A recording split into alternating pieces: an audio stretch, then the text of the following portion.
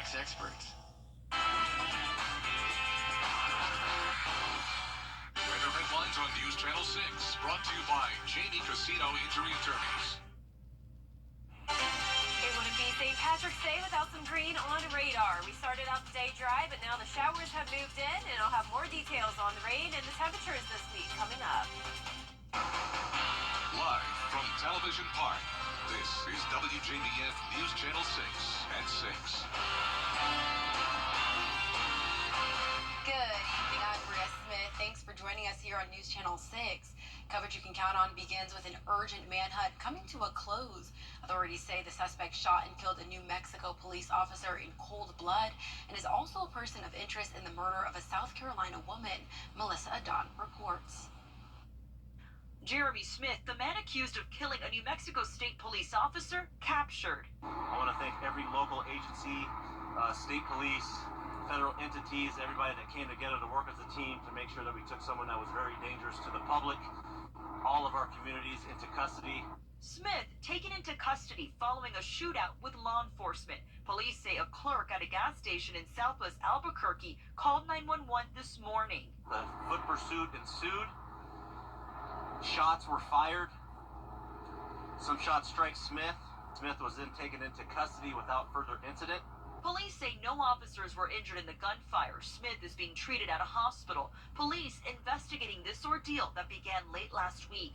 Police say on Friday, Smith killed 35-year-old officer Justin Hare in cold blood following a traffic stop along Interstate 40, about 235 miles east of Albuquerque. Hare was dispatched to help, and after a short conversation about repairing a flat tire and offering him a ride to town, police say things took a deadly turn. There are some people in our society that are just violent. They're calculated, deliberate in their actions. They stop at absolutely nothing to prey on others. And that's exactly what we experienced within the New Mexico State Police. Smith allegedly stole a BMW in Dillon County, South Carolina, and drove 1,500 miles to New Mexico before the vehicle broke down.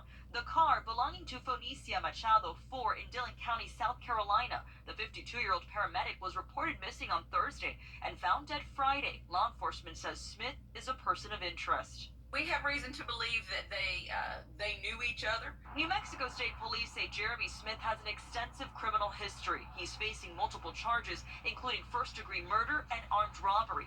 Officer Hare leaves behind his girlfriend and 2 young children. Melissa Adon, ABC News, Albuquerque. And a search for a missing toddler comes to an end. The Aiken County Sheriff's Office says they have located 2-year-old Dutton Aaron. It's time now for a look at our weather with meteorologist Jenna Petracci. Jenna, it was a little rainier earlier. Yeah, we're seeing the rain now on Live Viper 6. It's definitely green for St. Patrick's Day. Wouldn't be the same without it, right? Our radar showing those light showers across the area now, mostly towards the south of the interstate. Notice Martinez and Grovetown, Evans getting a little bit of that light rain.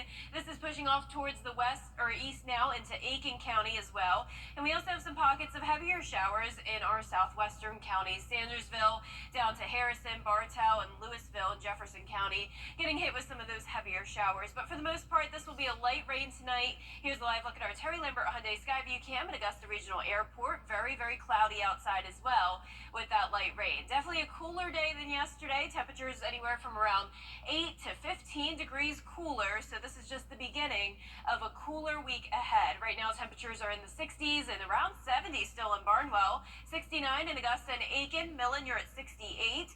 Wrightsville already down to 63 degrees, but still at 70 in Lincolnton and Edgefield as well. The winds are a little bit breezy coming in from the southwest, 11 miles per hour in Augusta and Waynesboro, 9 in Aiken and Barnwell. Breezy conditions not only tonight, but over the next couple of days as well. We have a cold front moving in with this rain. That's bringing in all the moisture for now, but behind it, drier air will move in for our Monday. So it'll be a pretty nice start to the week when it comes to the sunshine. Also, a low pressure system further towards the south, stirring up some showers all the way as far west as New Mexico. So for our St. Patrick's Day evening, going to stay rainy all the way through the 10 o'clock hour, with those temperatures dipping down into the upper 50s. Now, coming up, I'll have a look at the week ahead. It's the first day of spring in just 2 days, and it certainly won't be feeling like it. I'll have a look at those temperatures and our rain chances coming up. Back to you, Bria. Thank you, Jenna. A tradition that has been passed down for centuries that was started in Augusta for young women and now celebrating 60 years. The Rosa T. Bird Debutante Club started after 6 high schoolers from A.R. Johnson approached Rosa T. Beard.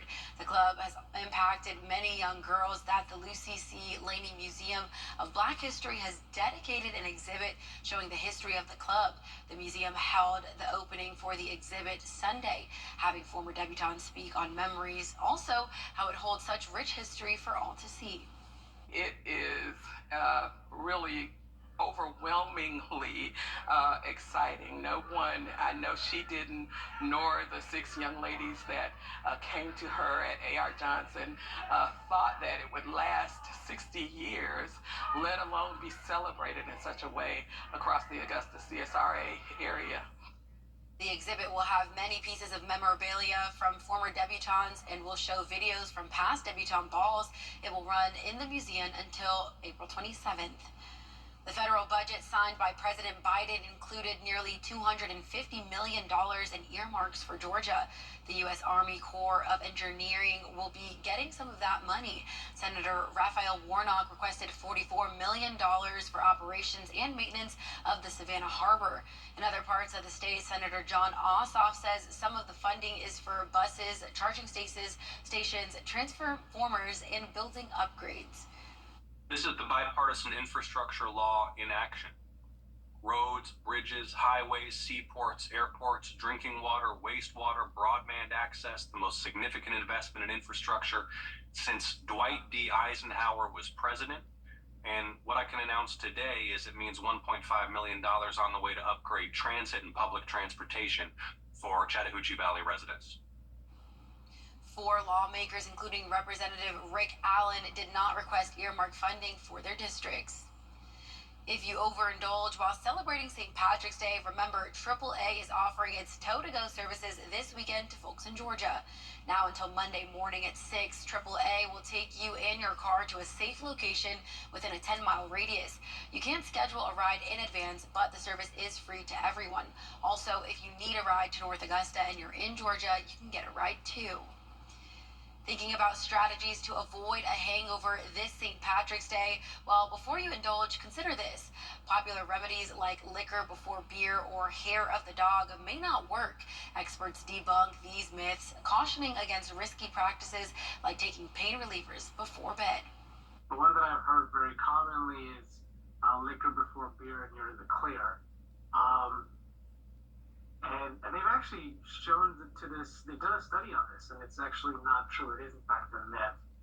Alcohol is alcohol. And if you do choose to drink, don't forget to eat beforehand and stay hydrated. It's a rainy Sunday evening, and then we'll be back to sunshine and dry conditions to start the work week. Also much cooler days ahead, especially on the first day of spring. We will have some freezing temperatures in the morning. I'll have a look at those temperatures right after this break. The W. You what it means to have a winning team on your side. Now, your most accurate forecast with WJBF Live Viper 6. I hope you're enjoying your St. Patrick's Day weekend. It's certainly been a warm one, already feeling like springtime, and we've had the rain on and off. Right now, we are dealing with some green on Live Viper 6. Here's the latest. You can see this rain moving in from the west, most of it very light. And our northern counties, say north of I-20, really not getting much rain at all from this event. Notice all of downtown, though, covered with this rain, stretching into Aiken County. Further down towards the south, we are seeing some pockets here of heavier showers. Here's Sandersville down to Harrison, Wrightsville down there as well, and over into Jefferson County. But for the most part, nothing to worry about tonight. Just a great night to be inside. Here's a live look at our Terry Lambert Hyundai Skyview cam over the river. Very, very cloudy outside. Still pretty warm as well, sitting at 69 degrees. Breezy, 11-mile-per-hour wind coming in from the southwest. Visibility is okay. I'm expecting the clouds to stick around the rest of tonight, though, with those showers until around midnight. Temperatures in the upper 60s to around 70 degrees. And satellite and radar showing this cold front that's bringing in the rain, along with a secondary front further towards our south, with low pressure out towards Texas. So showers all across the southeast this evening. Behind this cold front, we'll have some drier air moving in. So just the moisture to work with over the next few hours, and then we'll dry out with the high pressure taking over for our Monday. That high pressure is also going to bring a pretty significant cool down, a possible freeze for Tuesday morning with low 30s across parts of the CSRA. And there is a freeze watch issued anywhere from Saluda County down to Jefferson and Washington, as temperatures could get as low as 30 degrees. I'm going with a low of 32 in Augusta. Our normal is 45 for the first day of spring. So this will definitely be a cold one to the start of the new season. Temperatures will rebound quickly up into the low 70s Wednesday and Thursday, but we'll have another cool day on Friday with some rain and clouds returning. Now, the allergy levels are unfortunately still very high, the pollen levels, I should say. High levels all the way throughout the week. So pollen will stick around. Not a lot of rain to help wash it away. We'll just have the rain over the next few hours. Heavier showers to the south of us. Cold front comes through with some lingering clouds for our Monday morning, but then by Monday afternoon we'll dry out. And by Tuesday morning, it will be very, very cold. It's also going to be breezy Monday night into Tuesday, which is good news because that will limit any frost development. So despite the freezing temperatures, there won't be any frost. We can't have the high winds with frost development. Here's a look at Futurecast closer to home, though. Tonight at 8 o'clock, widespread showers. It already starts to move out of our western counties by around 11 o'clock. Pretty much done with it by midnight. Lingering clouds into our Monday morning. There's 8 a.m. and then those clouds will start to break apart. Rainfall totals anywhere from just trace amounts to around 1/4 of an inch in some of our southern counties, but no flooding concerns, definitely no storms. And for tomorrow, we'll start out with some clouds and then becoming completely sunny by the 5 o'clock hour. Temperatures topping off in the mid-60s. Tonight, you don't have to worry about those freezing temperatures. We'll be close to the 50-degree mark. Highs tomorrow in the low to mid-60s, definitely below average. And that 10-day forecast showing the Viper 6 alert day for Tuesday, as we do have that freeze possible with temperatures as low as 30 degrees. Then throughout the rest of the week, we'll warm up with the exception of Friday, back down to the 60s with rain. Thank you, Jenna. I appreciate that. Coming up, violence continues in Haiti amid planned women's sports are on the rise. We have those details when we return. 9.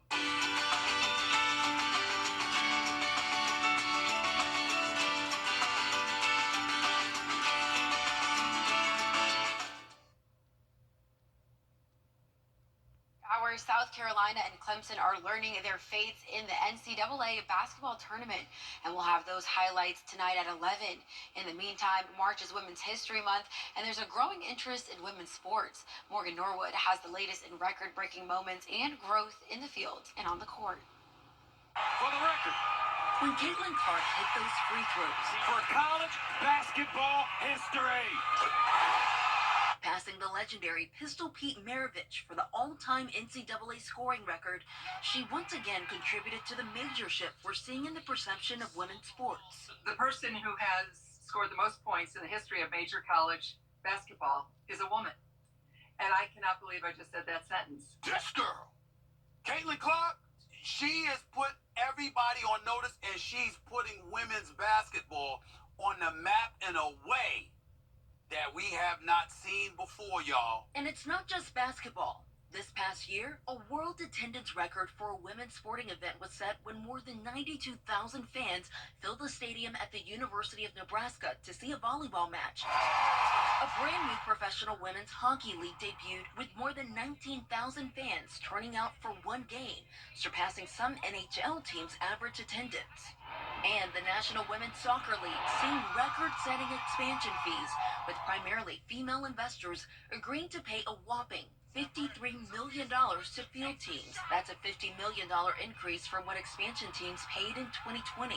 Clark's Iowa Hawkeyes drawing more television viewers in their final regular season game than some key NBA matchups this season. It's just kind of cool to see the evolution of, what this has become, and it takes time to build something like this. I feel like we've kind of taken it to another level. The 22-year-old already driving up WNBA ticket prices for the approaching 2024 season.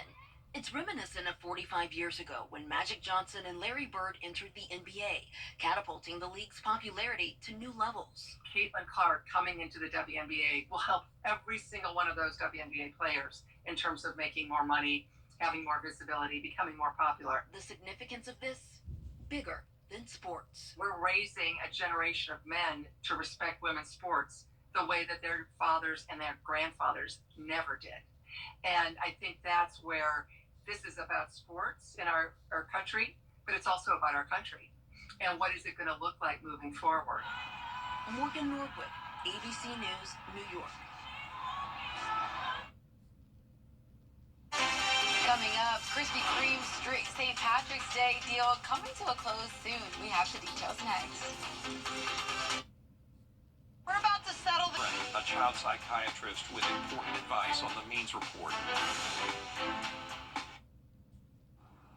If you like Krispy Kreme donuts, you may like this sweet deal. Customers will be in luck if they show up to any participating Krispy Kreme location in the shop or through the drive-thru. You can get a green original glazed donut for free. The offer lasts through today, and you don't need the luck of the Irish to take advantage. No purchase is necessary. The catch is you can only get one free donut. Ooh, I know where I'm headed after the newscast. Yeah, exactly. I haven't had dinner yet, but definitely sounds great afterwards. I know. That box of all the different decorated ones looks so pretty. Yeah, they even had a green glazed donut we had here in the station in the newsroom not last week. So. Oh, really? Yeah, I think I want to try that. Oh, I missed out on that. Well, our 10-day forecast showing the cooler temperatures this week. We have the rain tonight, but notice by Monday we'll be drying out. Just some clouds in the morning. Wet Monday evening, it will get windy, and even though we'll be down to 32 degrees going into Tuesday, at least those winds will help limit any frost development. We do have the Viper 6 alert day for Tuesday morning, though, since we could have a freeze causing some issues with the growing season that just began. High of only 61 on Tuesday for that first day of spring. Then we'll be warming up throughout the rest of the week with the exception of Friday, back to clouds and rain with another high of only 62. Few showers into Saturday morning, but the rest of the weekend will be nice and warm and dry. Lots of 70s to look forward to this week. Just that one very cold morning. Well, that's our report for now. Thanks for watching. Be sure to join us again at 11 o'clock. Have a good night.